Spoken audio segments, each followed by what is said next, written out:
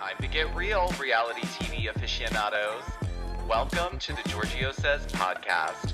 I'm your host, the one and only Giorgio Takanakis, and I'm here serving you the juiciest updates on all your favorite reality shows weekly, as well as the hottest pop culture trends, and even exclusive interviews that will leave you wanting more. This podcast will keep you on the edge of your seat.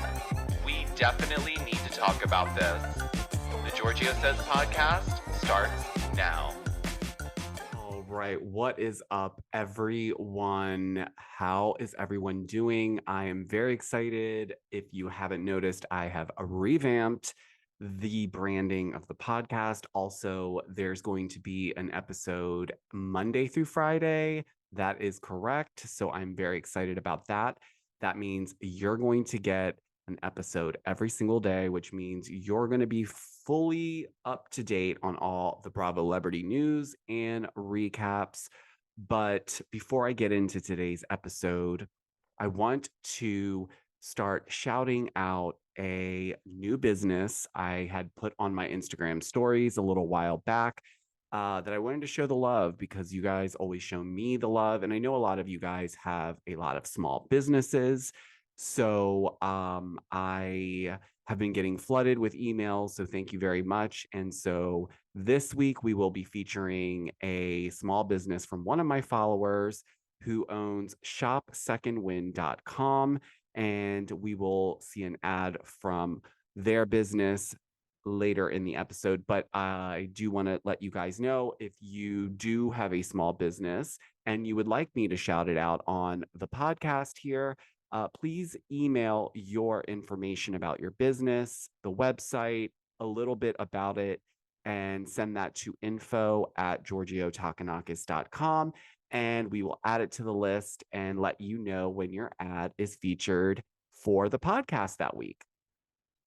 All right. So, wow, it's been a long weekend. It feels like, even though it wasn't a long weekend, but I just realized summer is almost over and I can't even believe it. It just feels like yesterday it was like May, like we were just getting into summer, but then now it seems like it's going to be over, which isn't the worst thing in the world because that means we are just a few months closer to BravoCon in Vegas, which I'm super excited. I will be seeing you guys there.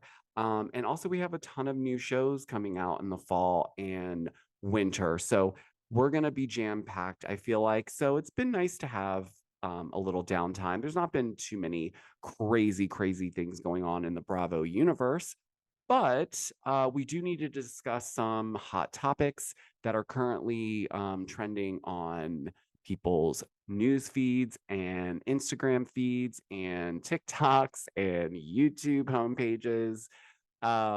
Wherever you get your daily dose of Bravo, I'm sure you're seeing some of these topics I'm about to touch on.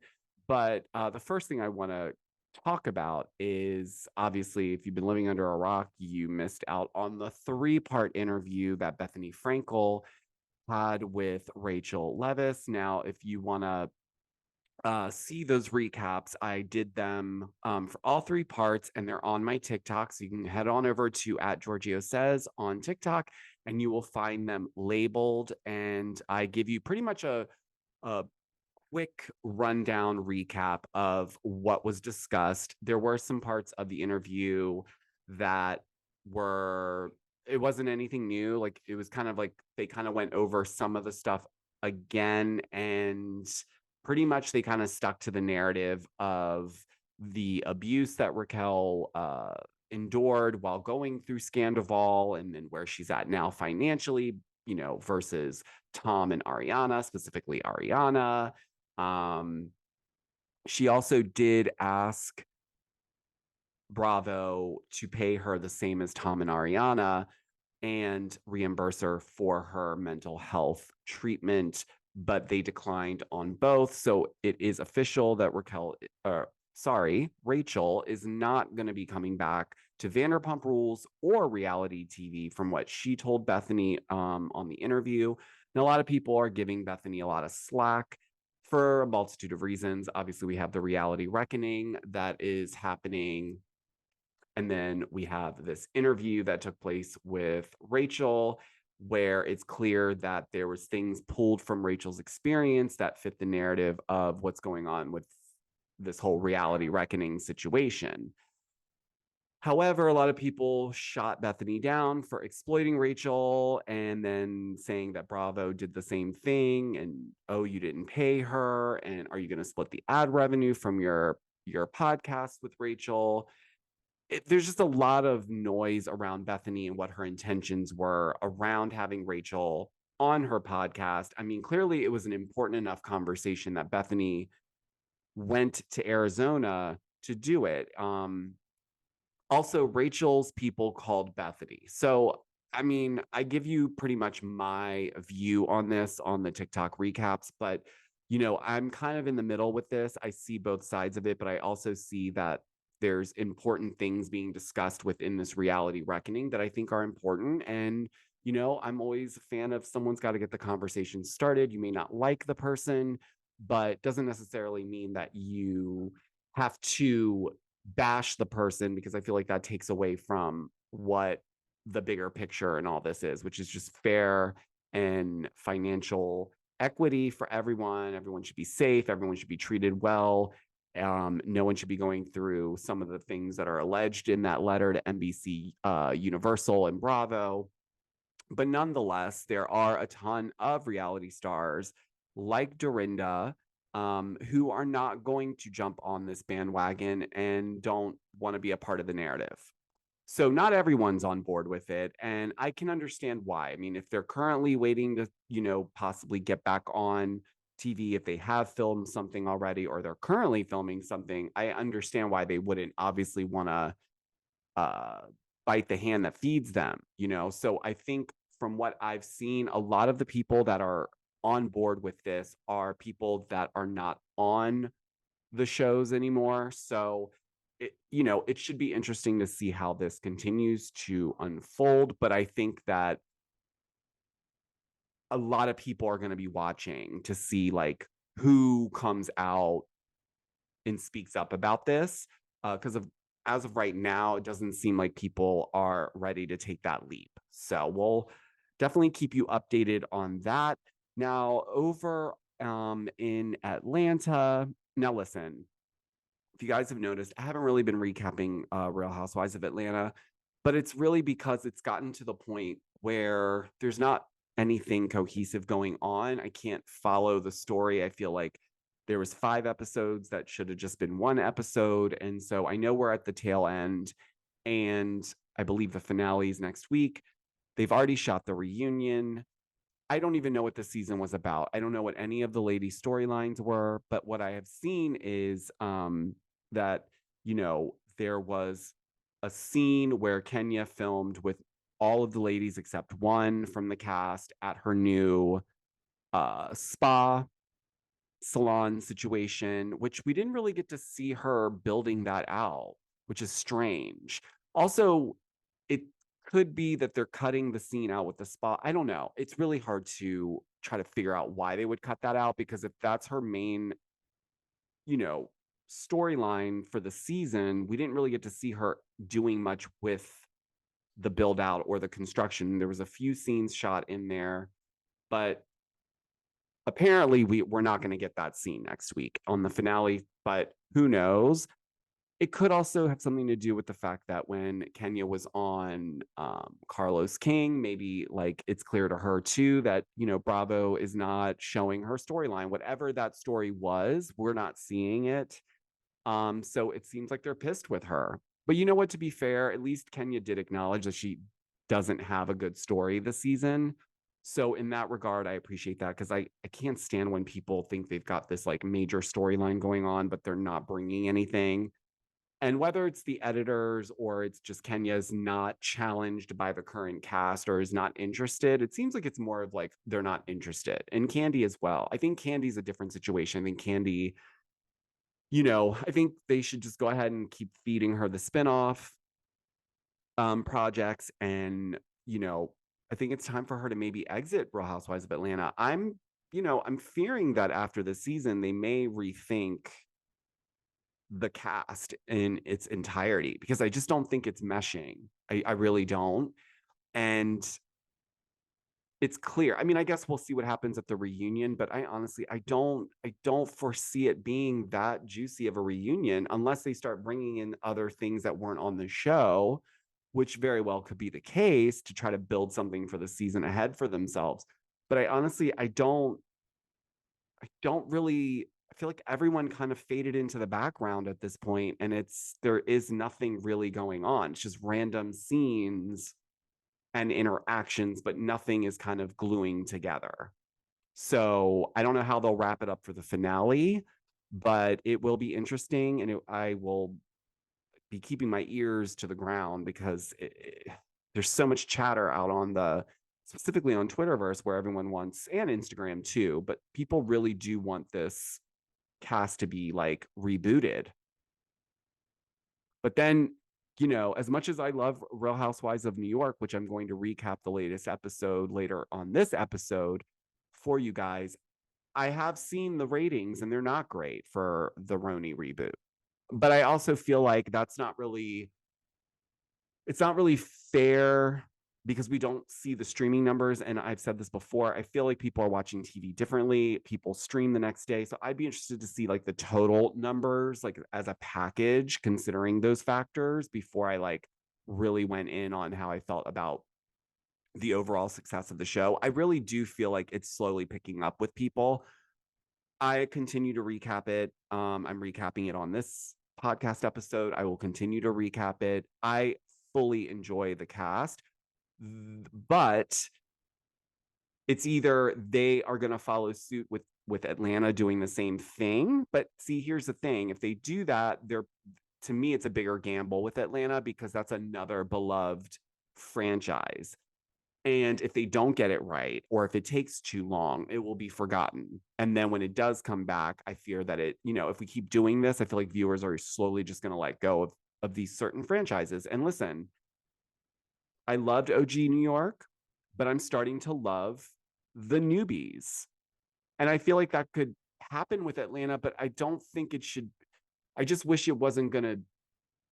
I just don't think it's going to take one or two replacements on this current cast to make it better. I think we need a whole new vibe and energy. And it's clear a lot of these ladies, they don't really have much to bring. And the things they are bringing don't really make sense. It's just produced moments, and some people like Marlo having to really work much harder just because there's not much going on says a lot. I agree with Nene there. Nene said the same thing on Carlos King. So, we'll have to just wait and see, I guess, with the finale to see how they close all the storylines out. I don't know if I should call them storylines because who's had a cohesive storyline this season?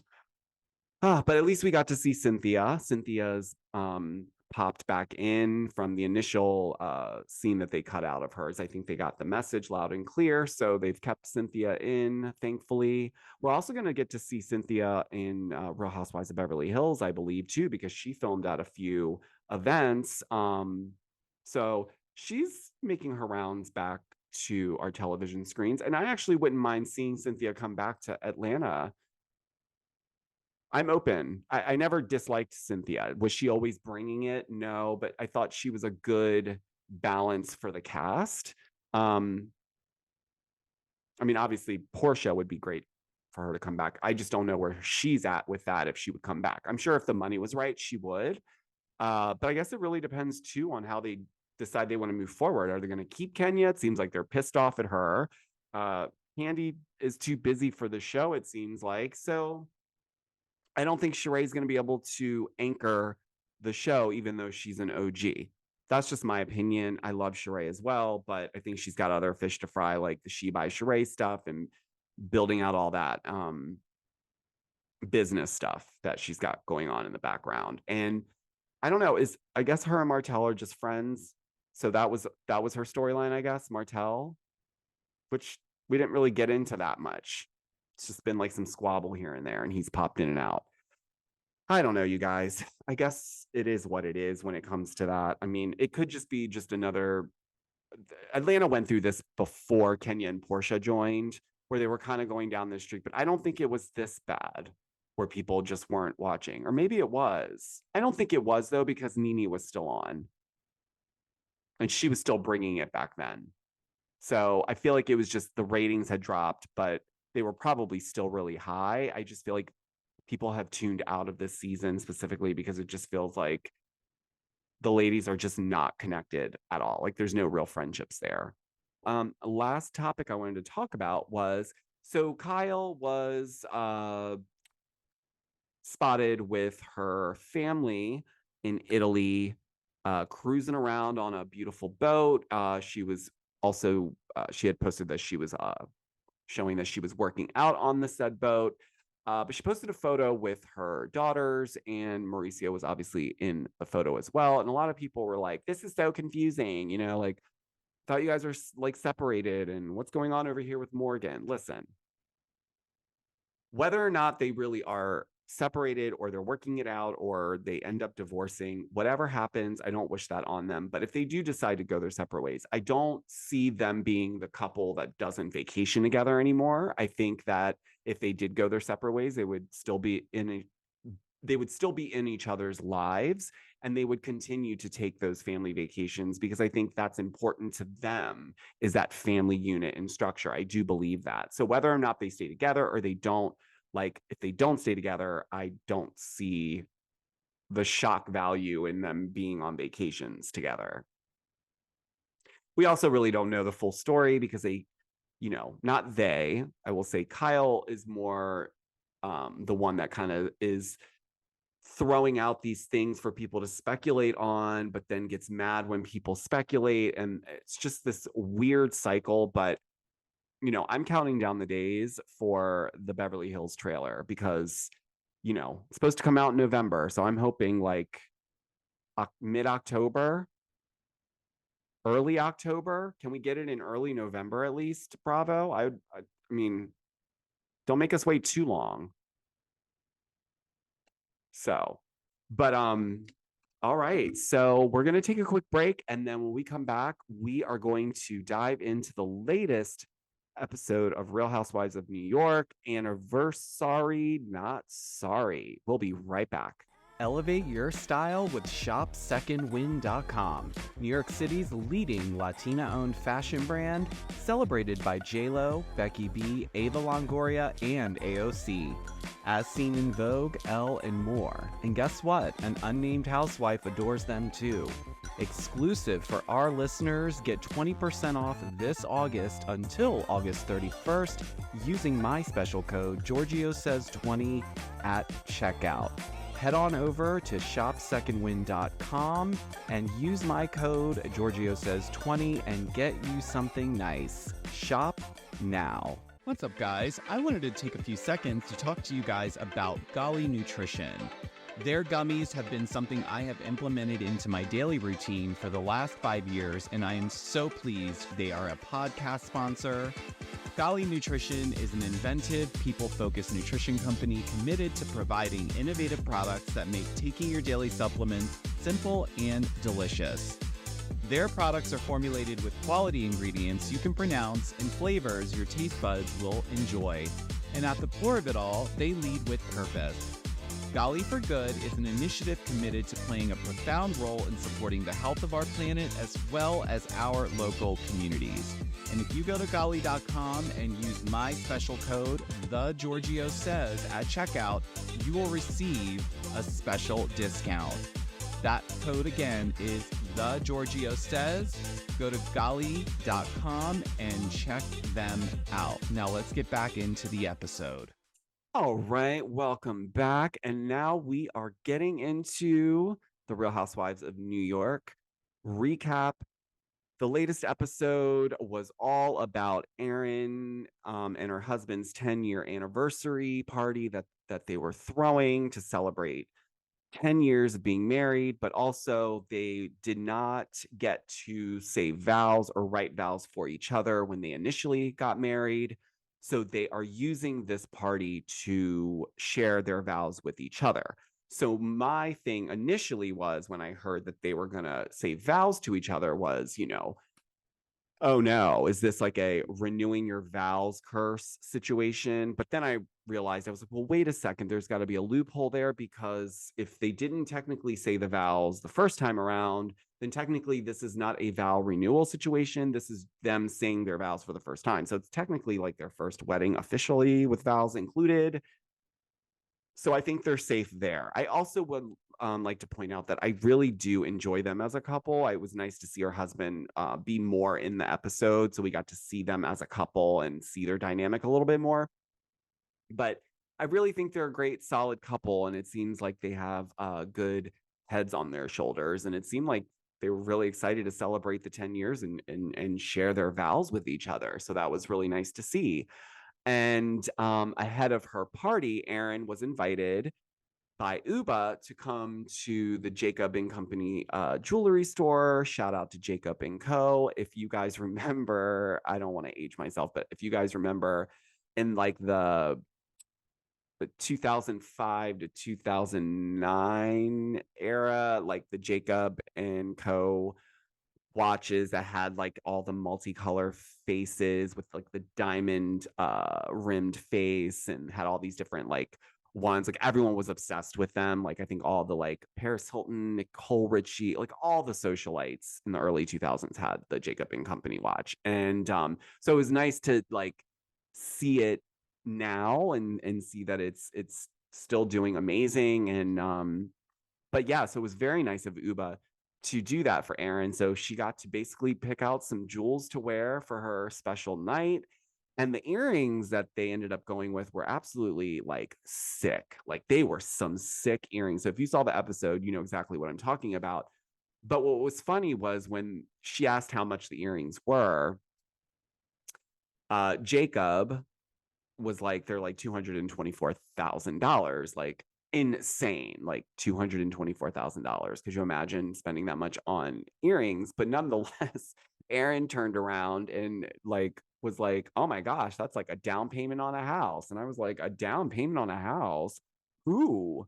Who's who's what house are you buying? Like people are not putting 200 in, well, I don't want to say people, there are people probably that do. Clearly Erin is one of them, because she views $224,000 as a down payment on a house. But nonetheless, she seemed to pick out some really, really sick pieces.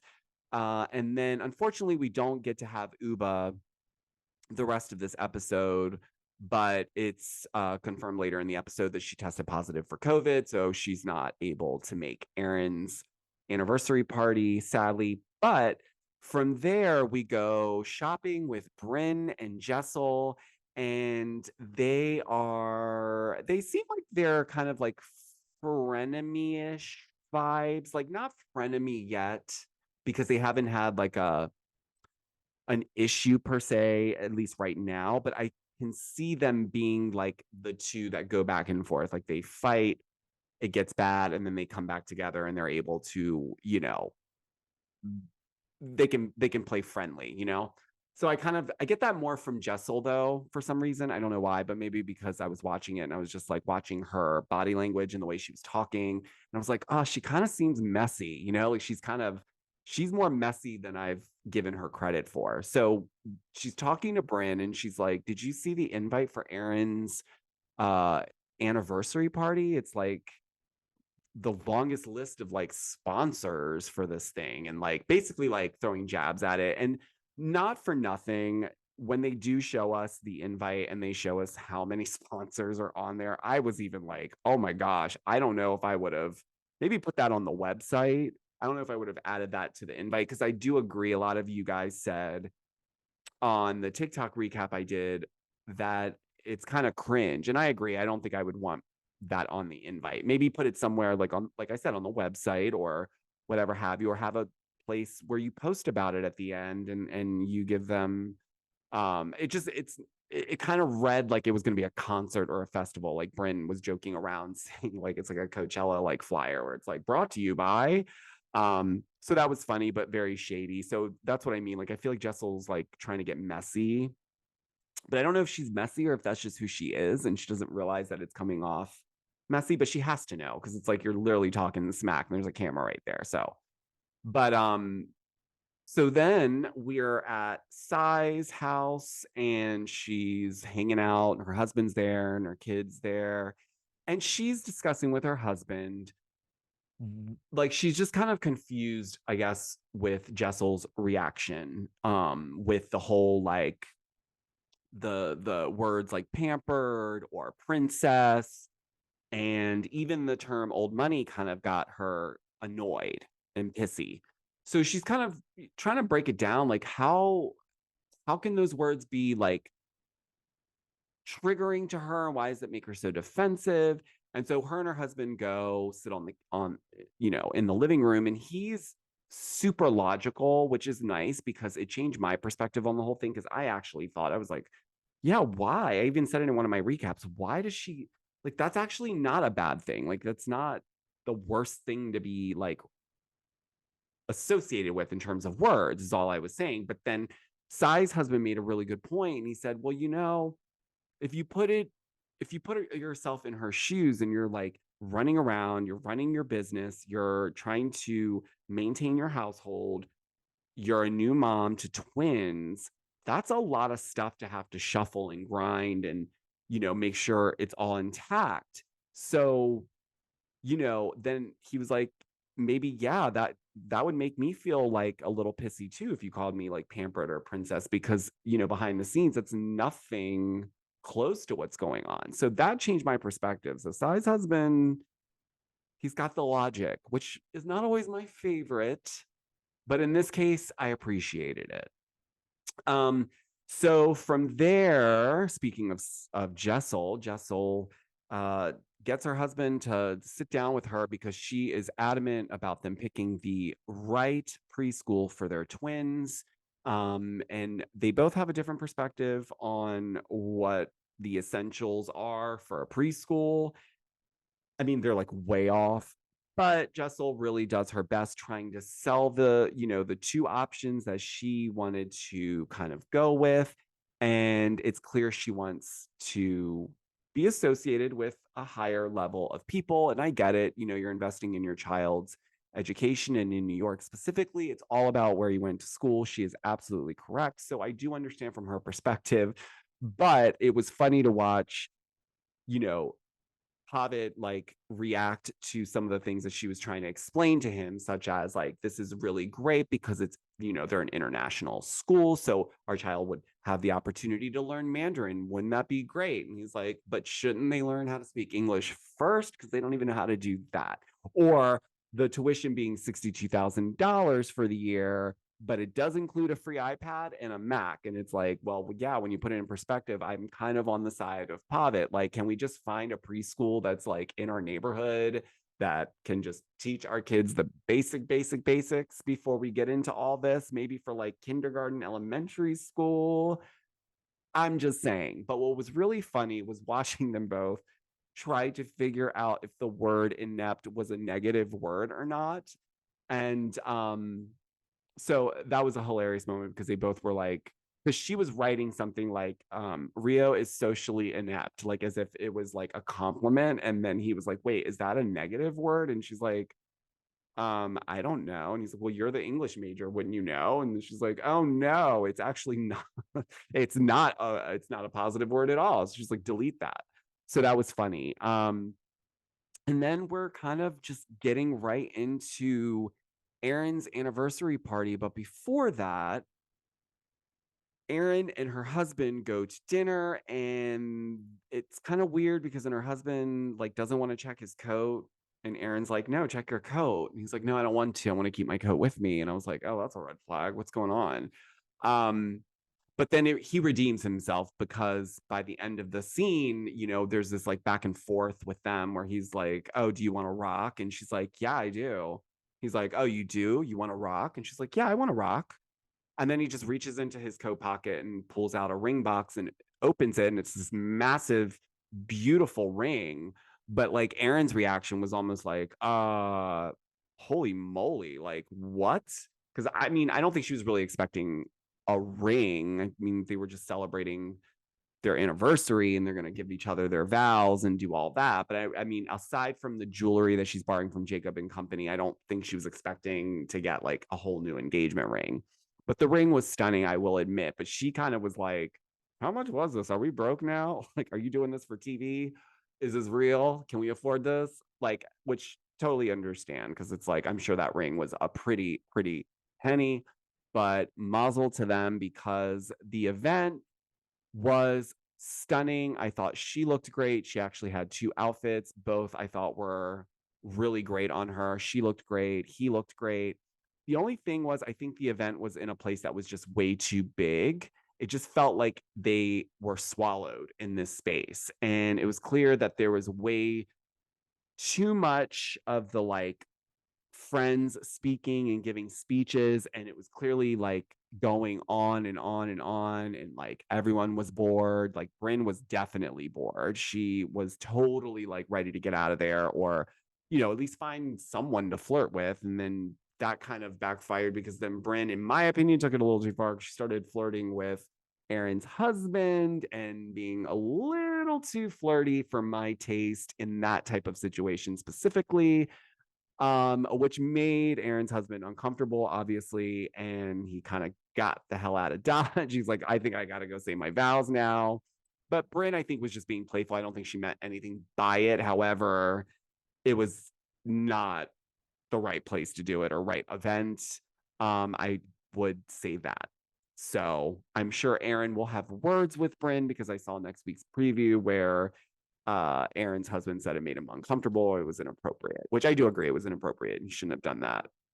She shouldn't have said that, or joked around like that at their anniversary party. But Sai is complaining, obviously nothing to eat as per usual. I mean, there were pigs in a blanket. Now I'm starting to see a pattern though. Erin, unless there was other food there that Sai just wasn't interested in, and they only showed us like the people walking around with the pig in the blankets. But I feel like Erin doesn't really prioritize food when she does any type of event. I don't know. It's weird, because, excuse me, Sai was like, she's well, note to self, if you ever host Sai at any of your events, guys, make sure you have a ton of food, because the girl's hungry. And listen, I'm hungry all the time too, so I get it. Like, especially if you're like at an event and you're like, there's cocktails and stuff, you want to have like something to eat, because but I will say that food is not always a priority at events. But usually at an anniversary party, you would think there would be some food, right? Because I mean, you're saying your vows to each other, you've let your friends speak. So it's kind of a reception. So there should be like a main course, even, if I'm honest, right? I mean, I don't know. I've never been to an anniversary party like that. But also, like I said, I felt like it was in too big of a space. I feel like if it was in a much more size appropriate space, it probably would have actually looked a lot better, in my opinion. But the event was beautiful. Don't get me wrong. It was stunning. Jenna lets us know that her girlfriend, or the woman that she was dating for the last year and a half, it sounded like the woman broke up with her, but I guess she left it with, it was a mutual decision on both parts. But I feel like this is going to be the start of where Jenna and Sai start to build more of a friendship, because I think this was finally the moment where Sai gets to peel the layer back on Jenna a little bit. And Jenna was obviously comfortable enough to share what had happened with the breakup and what was kind of going on. And so from what we've seen so far with Jenna, she's been kind of private, and she's kind of figuring out this new world, if you will, like being with a group of girlfriends and having to share your vulnerabilities and such. So that was kind of interesting to see. So I'm excited to see that grow, because I think there's a lot of potential there for that friendship. So Erin is getting herself all ready to change into her second outfit, and by the time she gets back, Sai has dipped out the side door. She's headed to Nobu because she is starving, but she fails to say goodbye to Erin, which, I don't know why she didn't do that. Like, she could have easily just gone up to Erin really quick and said, you know how I am about food. I am starving. I'm going to Nobu to get something to eat. I love you. This was beautiful. Bye. And then leave. But she dipped out, and then Erin seemingly and rightfully was pissed because, you know, Erin pointed out that just a couple weeks back, Sai was saying it was rude that Jenna left without saying bye when they were in the Hamptons. So I don't know. I smell hypocrisy coming up next week, being called out. So listen, I thought this episode was an 8 out of 10. I feel like it's getting more and more cohesive. I feel like I'm excited now to watch every week. I feel like I've come over the hump of trying to get to know who the ladies are individually. I feel like I have enough of a snapshot of each of them now that I can start to follow their stories and their interactions with each other. So I definitely would love to hear what your thoughts are on the RHONY season thus far. More specifically, this episode from last night, I think what Jessel and her husband provided in their scene was reality TV gold. There's so many sound bites and memes that are going to come out of that scene. So shout out to Jessel and Pavit for killing it in last night's episode. But that's all I have for the episode recap for Real Housewives of New York. So I hope you guys are enjoying it as much as I am. And if you're not, I hope you come around eventually and meet us on the other side. But before we head out of this episode, guys, I just want to remind you that we are now going to be putting out episodes Monday through Friday. And we also are going to be adding the video version of the podcast on YouTube.